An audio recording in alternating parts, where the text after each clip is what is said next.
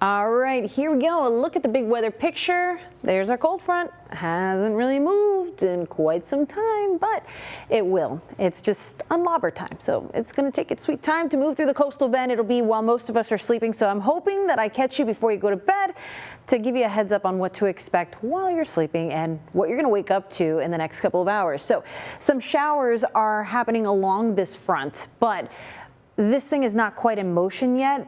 It will be probably in the next 2 hours or so. It's going to get going, and it's going to take probably the next 4 hours after that to move through. So we're in for a bit of a rainy night here across the coastal bend. Please be patient. If you haven't seen your rain yet, a thunderstorm will be assigned to you shortly. So let me show you the big bullseye on the radar right now. We've got some heavy downpours in the northern extent of the coastal bend.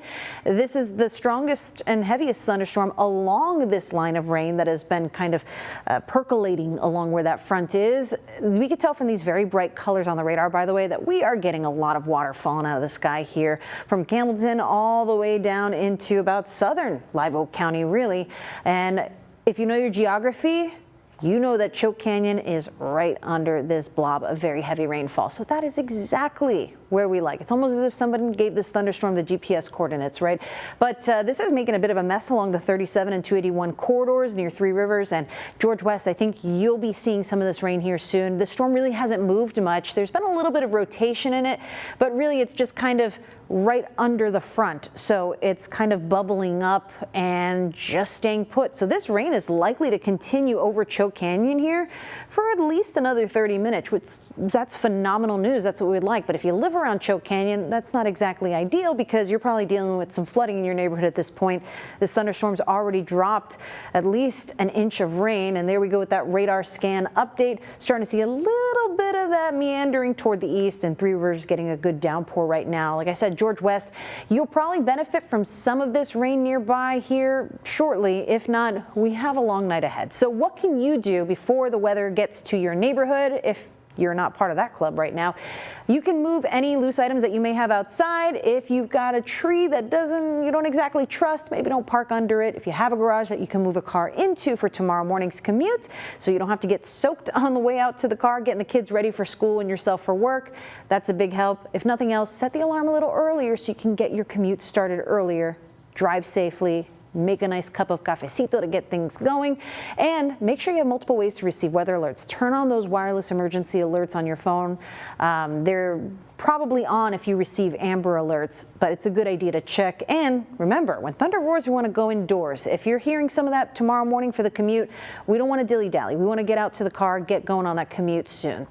All right, temperatures right now are cooler for the inland neighborhoods where we've had some rainfall during the overnight. That's bringing temperatures down closer to the 80-degree mark, but we are warm and humid tonight ahead of that front. I think once that rain kicks in, that it's really going to speed up the cooling process, and we should be in those middle 70s to start things out tomorrow. Here's how one model suggests things are going to be picking up during the next couple of hours, and I wanted to show you this one because it probably has a good grasp on what's going to pan out. But look at the activity. It is far-reaching across the coastal bend, so everyone's in the pool on this one. You may not see the heaviest rainfall, but you're probably going to see some rain, and at times that rainfall will be coming down in buckets. We could have some storms that get a little bit stronger and produce some gusty winds. When we have downpours like what we're seeing in Live Oak County, McMullen County right now, that we could be seeing in San Patricio County around 5 o'clock in the morning, that makes for flooded roadways, and that'll be before daybreak, so please be careful out there.